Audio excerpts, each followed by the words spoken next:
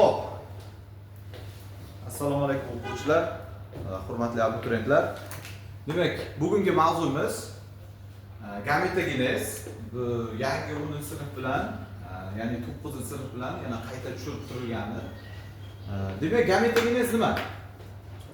Gametogenez jinsiy hujayralarning rivojlanishi. O'tgan darsda o'tdik. Ya'ni gametogenez mana bu tuxumdon, mana bu tuxum yo'li. Shunaqami? Mana bu bachanon. Gametogenez birlamchi jinsiy hujayralarni qaysidir ma'noda meyoz bo'linib gametani hosil qilish, ya'ni tuxum hujayrani ishlab chiqish. Ya'ni mana bu yerdan chiqadi. Mana shu yerdan chiqadi. Gametogenez to'rtta bosqichga bo'linadi. Ya'ni ko'payish, o'sish, yetilish, shakllanish. Mana bu tuxumdon. Nima ekan bu? Tuxumdon. Shu jarayonlar ketma-ket bo'ladi-da, oxirida tuxum hujayra chiqadi. Oxirida tuxum hujayra chiqadi. Urug'donda jarayon bo'ladi. O'zi genez iborasi rivojlanishga nisbatan olinadi. Masalan, ontogenez deydi. Bu mavjudotning rivojlanishi. Gametogenez jinsiy hujayralarning rivojlanishi. Umumiy ma'noda. Jinsiy hujayra ikki xil bo'ladi. Ayol va erkak organizm jinsiy hujayrasi. Masalan, erkak organizm jinsiy hujayrasi spermatozoid deyiladi. Spermatozoidning rivojlanishi spermatogenez deyiladi. Tuxum hujayrasining rivojlanishi nima deb ataladi? Ovogenez deb ataladi. Tushunarli? Endi qaranglar. Ham tuxum hujayrani, ham spermatozoidning rivojlanishi ikkalasi birgalikda gametogenez deyiladi. Demak, gametogenez ham bittasini tushunamizmi yoki ikkovini tushunamizmi? Ikkovini tushunamiz. Gametogenezni ikkovini tushunamiz. Spermatogenez desachi? Faqat spermatozoid tushunamiz. Ovogenez esa bittasi. Tushunarli? Demak, genez iborasi muolada rivojlanish ma'nosini anglatadi. Masalan, abituriyent genez desa nima bo'ladi? Abituriyent genez, abituriyent rivojlanish. Oddiy qilib aytganda genez rivojlanish. Tushunarli? Xo'p. Endi diqqat bilan ishlaymiz. Shu tuxumdonni ichidan tuxum hujayralari qancha chiqadi? Keyingi mavzu shu bilan qo'shilib embrion paydo bo'ladi. Keyingi mavzu. Bugungi mavzu tuxumdonda qanday qilib jinsiy hujayra ishlab chiqadi yoki urug'donda qanday qilib jinsiy hujayra ishlab chiqadi. Ya'ni tuxum hujayra qanday chiqadi? Urug' hujayra qanday chiqadi? Tushunarli bo'lyaptimi? Va hozir mana shu yerda tuxumdonni yarim tuxumdon, yarim urug'don qilib katta qilib chizaman.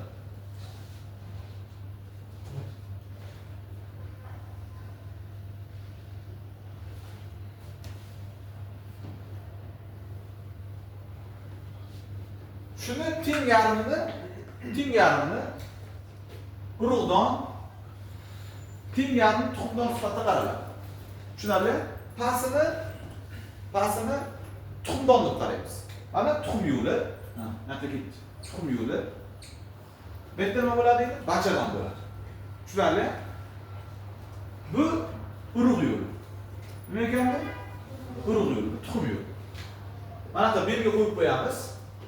Mana bu yer. Demak, tuxumdonligini bildirish uchun ayollik belgisini qo'yamiz va urug'donligini bildirish uchun erkaklik belgisini qo'yib qo'yamiz. Tushunarli bo'lyaptimi? Xo'p, diqqat bilan ishlaymiz. Qarang. Endi biz aytdik zonalarga bo'linadi, to'g'rimi? Shu zonalarni bo'lib chiqamiz. Bitta qarang. Birinchi zona ko'payish, ikkinchi zona o'sish, uchinchi zona yetilish, to'rtinchi zona shakllanish. Bosh harf bilan qo'ya olamiz, esimizda qolish uchun. Ko'payish, o'sish, yetilish, shakllanish. Bosh harf bilan qo'ysak, qo'yish. Esimizda qolish uchun. Bu tartib bilan aytilishi kerak. Ertaga test ishlayotganlaringda shu har bir zonasi o'ta ahamiyatli bo'ladi. Mana shu zonada qaysi jarayon, nabor qanaqa degan gaplar bo'ladi. Xo'p, endi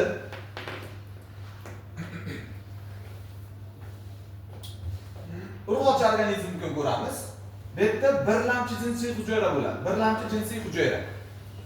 Birlamchi jinsiy hujayra nabori qanaqa edi? 2. birlam jinsiy hujayra nabor 2. Bu birlam jinsiy hujayra mitoz usulida bo'linadi. Mitoz ksera kopiya. Demak, birlam jinsiy hujayradan mitoz bo'lingandan keyin yana birlam jinsiy hujayra, yana birlam jinsiy hujayra, yana shunday qilib ko'payish zonasida qanaqa hujayra ko'payar ekan? Birlamchi jinsiy hujayra ko'payadi. Tushunyapsizmi? Qaysi usulda bo'lindi? Mitoz. Shuning uchun bunga biz qanaqa qo'yamiz deb mitoz. Mitoz bo'lindi. Nabori qanaqa? 2s. Biz hozir alogenezni ko'ryapmiz. Keyin spermatogenezni ko'ramiz. Xo'p. Qanaqa hujayra bo'lindi ko'payish zonasida? Birlamchi jinsiy hujayra. Nabori qanaqa? Xo'p, qaysi usulda bo'lindi? Mitoz. Nima uchun ko'payish zonasi deyildi? Tushundingmi sababini? Tushundingmi? Chunki birlamchi jinsiy hujayra mitoz usulida bo'lib ko'payish, shuning uchun ko'payish zonasi. Endi ko'payishdan keyin o'sishga o'tadi. O'sishga masalan tasavvur qilaylik, birlamchi jinsiy hujayra 500 ta hosil bo'ldi deylik, mitoz bo'linib, o'sish zonasiga hammasi birdan o'tmaydi. Bitta o'tadi. Xo'p, mana bittasi o'tdi. Ikkini o'tdi, o'sish zonasiga. Endi bu nomni ham yozib ketaylik. Buni nomi bu kitobda yo'q, ya'ni 9-sinf darsligida yo'q, lekin testlarimizda tushadi. Shuning uchun darsdan keyin buni bittalab yozib olamiz. Nomlama. Nabor. Tushunarli? Buni nomi ovogoni deyiladi. Ovogoni, mana bular nomi. Birlamchi jinsiy hujayra yoki nima deyilar ekan? Ovogoni. Mana ovogoni o'tdi, mana bu ovogoni, ya'ni o'sish zonasi o'tgandan keyin endi bu ovogoni deyilmaydi. Birinchi tartib ovotsit deyiladi. Bu yerga o'tgandan keyin nima deyiladi ekan? Birinchi tartib ovotsit. Ben strelka qilib mana yozib qo'ydim. Birinchi tartib ovotsit. Birinchi tartib ovotsit. Ovogonidan birinchi tartib ovotsitga aylandi. Bu qayerda ekan? O'sish zonasi. Qayerda? O'sish zonasi. Endi qarang. Mana birlamchi hujayra, ya'ni birinchi tartib ovotsit o'sish zonasiga o'tganda tuxumdonda atrofdagi boshqa hujayralar hisobiga o'z hajmiga nisbatan bir necha yuz barobar oshadi. Ya'ni o'sadi. Mana o'z hajmiga nisbatan bir necha yuz barobar kattalashadi. Ya'ni o'sish sodir bo'ldi. Tushunarli? Demak, mana o'sish sodir bo'ldi. Shuning uchun bu joyga nima deyilar ekan? O'sish zonasi deyiladi. Endi bu yerda hujayra qaysi usulda bo'linsa, meyoz usulida bo'linadi. Meyozning qaysi fazalari bo'ladi? Meyoz interfazadan boshlanadi. O'sish zonasida birinchi tartib ovotsit mana bu yerga ketadi. Mana bu yerga ketdi. Mana shu, ya'ni meyozning interfazasi bo'ladi. Meyozning interfaza. Demak, nimalar kuzatiladi interfazada desa biz bilamiz. J1, S, J2. Sizlarga nomma-nom ertalish joylar tushadi. Testda tushundingmi? Endi nabor qanaqa bo'ladi? Sizlar bu yerda nabor 2 N tur S. Interfazani sintezdan keyingi olinadi. Interfazani sintezdan keyingi formulasi olinadi. Shu bilan birinchi tartib ovotsit bu tomonga o'tadi. Ya'ni yetimiz zonasiga o'tadi. Birinchi tartib ovotsit qaysiga o'tar ekan? Yetimiz zonasiga o'tadi. Keyin arkasidan yana ovogoni bitta. Bu ketdimi arkasiga keladi. Ularda tartib borda, navbat bilan o'tadi. Tushunarli? Xo'p. Endi bu yerda o'tdi. O'tishi bilan proses boshlanadi. Demak, qanaqa proses boshlanadi? Bu yerda meyoz, haqiqiy meyoz bo'ladi. Ya'ni haqiqiy meyoz degani interfaza tugagandan keyin meyoz bo'ladi-ku. Profaza 1, profaza 2, ya'ni metafaza, xullas hammasi ketma-ketida ketadi. Birinchi nimadan boshlanadi? Profaza 1 dan boshlanadi. Ketdi. Profaza 1, metafaza 1, anafaza 1, telofaza 1. Qarang, e'tibor beringlar. Telofaza 1 bunday dumalab qo'yib qo'yibman. Qaranglar, nimaga? Chunki bu yerda proses ketyapti, hamma jarayonlar ketyapti. O'sha yadrosi bo'yida 2n turesida ketyapti-da. Mana proses ketyapti. Telofaza 1 ga yetganda ikkita hujayra hosil bo'larmidi? Shu faqat sal boshqacharoq bo'ladi. Bu sitokinez, ya'ni telofazada sitokinez degan sitoplazma bo'lish notekis bo'ladi. Ya'ni teng bo'linmaydi. 70 ga 30 bo'linadi. Taxminiy raqam bu. Xo'p, demak, bitta kichkina hujayra hosil bo'ladi va bitta katta hujayra hosil bo'ladi. Ma'qulmi? Endi buni mana bo'lingandan keyin telofaza bir olinadi mana shu. Demak, bu yerdagi nabor telofazani ko'zladi. Mana yozilmaydi. 2n mana shu yergacha nima bo'lyapti? Qo'lga qarang. Mana shu yergacha anafaza 1 ham 2n turesmidir? Yetilishda bu formula yozilmaydi lekin. Shu jarayon bo'ladi. Yetilishda bu formula yozilmaydi. Chunki bu formula qayerga yozildi? Interfazaga yozildi. Bunga qaysi yoziladi desa, lekin shu jarayonda yetilishda bo'ladi. Qaysi yoziladi desa, telofaza 1 dagi yozilishni boshlaydi. Mana hujayra hosil bo'ldi. Mana bu hosil bo'lgan hujayraga ikkinchi tartib ovotsit deyiladi. Buning nabori N2S bo'ladi. Bu ham N2S bo'ladi. Mana buni nomi ikkinchi tartib nima ekan? Ovotsit. Ikkinchi tartib ovotsit. Mana buni nomi esa, yo'naltiruvchi tanacha. Kichik yo'naltiruvchi tanacha. Xo'p, endi proses davom etyapti bolalar. Proses davom etyapti. Ketdi. Ya'ni proses davom etyapti deganda, mana telofaza 1dan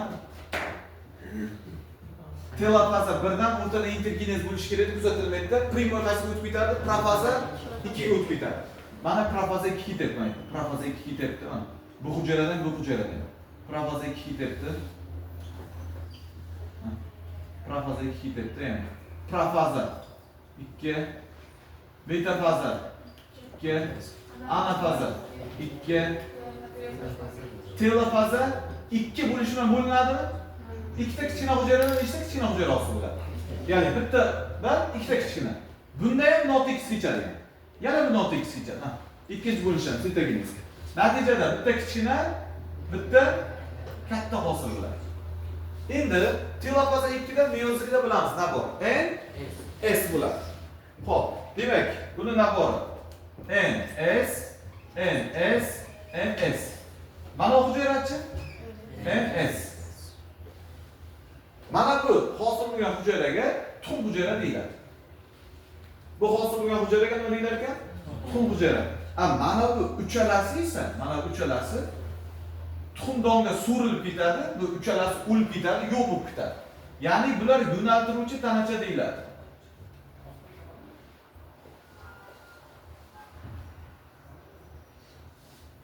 Yo'naltiruvchi nima ekan bu?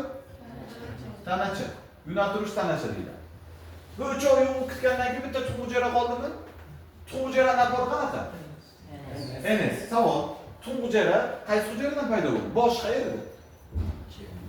Ya'ni birinchi tartib ovotsit.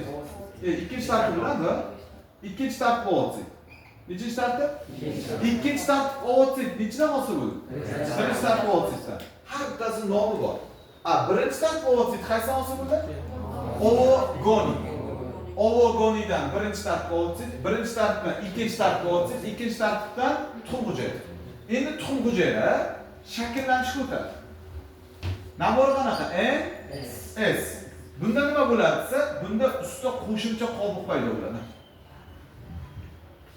Shu bilan tayyor tuxum hujayra tuxum yo'lga o'tadi. Mana tuxum yo'lga o'tdi. S. Ustida nimasi bor? Qobig'i bor. Bunga endi spermatozoid kelsa, urug'lantirsa, zigota bo'ladi, keyin embrion, keyingi mavzu. Bu gametogenezda ovogenezini ko'rdik hozir. Ya'ni ayol organizmida bo'layotgan jarayonni ko'rdik. Endi erkak organizmida jarayonni ko'ramiz. Unda ham ko'payish, bitta formulalarni yozaylik. Yetilishga nima formula yozamiz? Yetilishga manonnikini olamiz. Lekin mana jarayonlar ham bo'ladi. 2n tures ham bo'ladi. Lekin telofaza 1 ni formulasini yozib, keyin manonnikini yozamiz. Demak, ikki xil formula yozamiz bu yerda.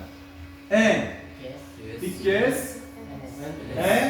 S shakllanishga nima yozamiz? S. Tushunarli? Xo'p, bu gametogenes odam va hayvonlarniki. Odam va hayvonlarda gametogenes nimadan boshlandi? Birinchi ko'payish nimadan? Mitoz, keyin nima bo'ldi? Meyoz, ya'ni meyoz interfazasi, keyin meyoz bosqichlari. Meyoz interfazasi qayerda bo'ldi? O'sishda. Meyoz bosqichlari qayerda bo'ldi? Yetilishda. Shakllanishda shunchaki shakllanib tugadi. Xo'p, endi spermatogenezini ko'ramiz. Bu yerda ham birlamchi jinsiy hujayra bo'ladi, 2N. Qaysi usulda bo'linadi? Mitoz. Qaysi zonadan turibmiz? Nimaga ko'payish? Chunki mitoz usulida bo'linib bitta birlamchi jinsiy hujayra. Birlamchi jinsiy hujayra ko'payadi. Ya'ni birlamchi jinsiy hujayraning nomi endi buniki spermatogoni deydi. Spermatogoni.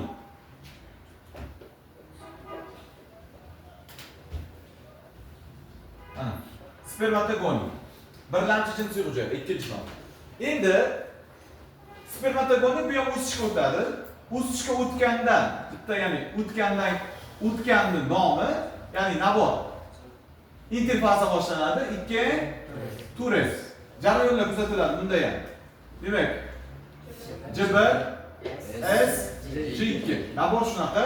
Buni nomi birinchi tartib spermatotsit deyiladi.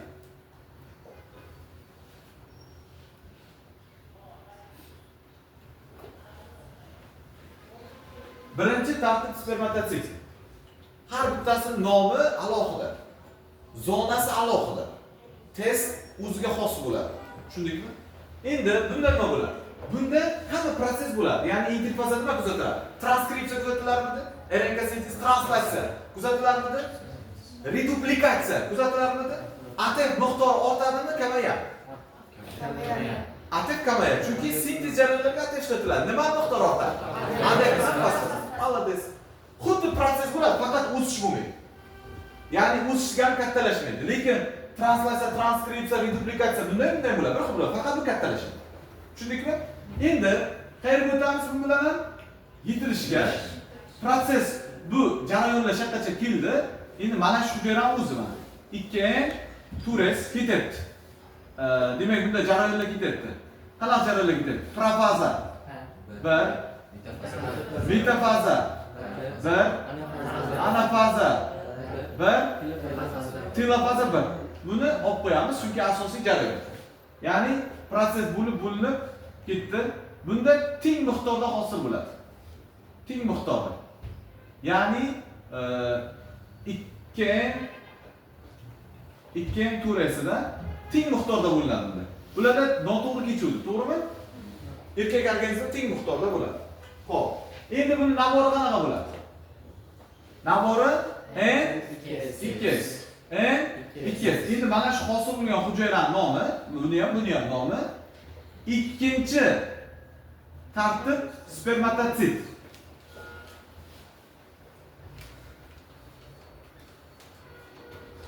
Ikkinchi tartib spermatotsit.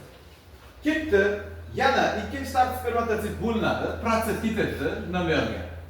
Profaza 2, metafaza 2, anafaza 2, telofaza 2. Tugash. Mana ketdi, proses ketdi, ana yetib kelish. Teng miqdorda bo'lindi bunda. Ketdi, xuddi bunda ham shunaqa jarayon. Nechta hujayra hosil bo'ldi? 4 ta hujayra hosil bo'ldi. Telofaza 2 nabori, meyozik NS midi? Demak, nabor NS. Buni nomi nima desa, bu to'rtovga ham tegishli. Buni nomi spermatida. Spermatida.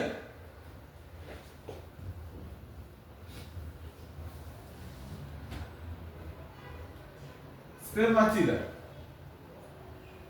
Xo'p. Endi spermatidalar shakllanishga o'tadi. Spermatidalar, NSlar shakllanishga o'tib, boshcha, bo'yincha, dumcha, bo'yincha, dumcha, bo'yincha, dumcha, bo'yincha, dumcha shakllanadi. Nabor nima bo'laveradi buniki ham? Hammasiniki mana tepada yozib qo'yganmiz. NS.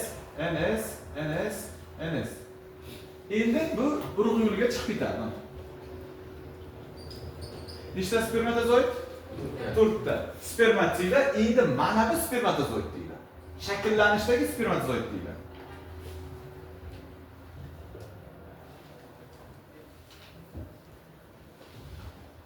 Spermatozoid. Demak, spermatogenez yaxshilab yodlab olishimiz kerak. Spermatogenezda nomlari bir-biriga o'xshab ketdi. Spermatogenez, spermatozoidning o'sha rivojlanish bosqichi. Birinchi, ikkinchi nomi ham yo'q. Birinchi tartib jinsiy hujayra desak bo'ladi. Ya'ni birlamchi jinsiy hujayra desak bo'ladi. Birlamchi jinsiy hujayra ketdi. Spermatogoni yoki nima desak bo'ladi? Birlamchi jinsiy hujayra. Birinchi tartib emas. Birlamchi jinsiy hujayra yoki spermatogoni. Spermatogonidan birinchi tartib spermatotsit. Birinchi tartib spermatotitdan bu. İkinci tartib spermatotsit, ikkinchi tartib spermatotsitdan spermatida spermatozoid. Jarayon spermatogenez. Har bittasini nabori boshqa, jarayoni boshqa. Ko'ryapsizmi? Xo'p. Endi gametogenez bu hayvonlarniki. Odamniki hayvonlarniki. Farqini solishtirib chiqamiz. Ovogenez va spermatogenez farqi. Ikkalasidan birlamchi jinsiy hujayra bor, bittasi spermatogoni, bittasi ovogoni. Bunda o'sishda ovogenezda o'sishda atrofdagi hujayralar hisobiga o'sadi, lekin spermatogenezda o'smaydi. Birinchi farq. Ikkinchi farq, hujayra bo'linadigan vaqti ovogenezda not-X bo'linadi, ya'ni sitogenez, sitoplazma bo'lish not-X bo'linadi.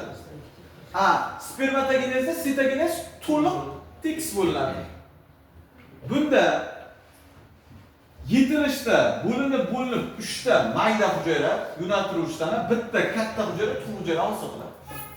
Bunda esa 4 ta bir xil hujayra hisoblanadi. Nimaga bunda bir xil? Bunda 3 ta mayda bitta yirik. Nimaga? Sabab. Chunki sitogenez X bo'lmadi. Qaysi X bo'lmadi? Urg'ochidanmi yo erkakdanmi?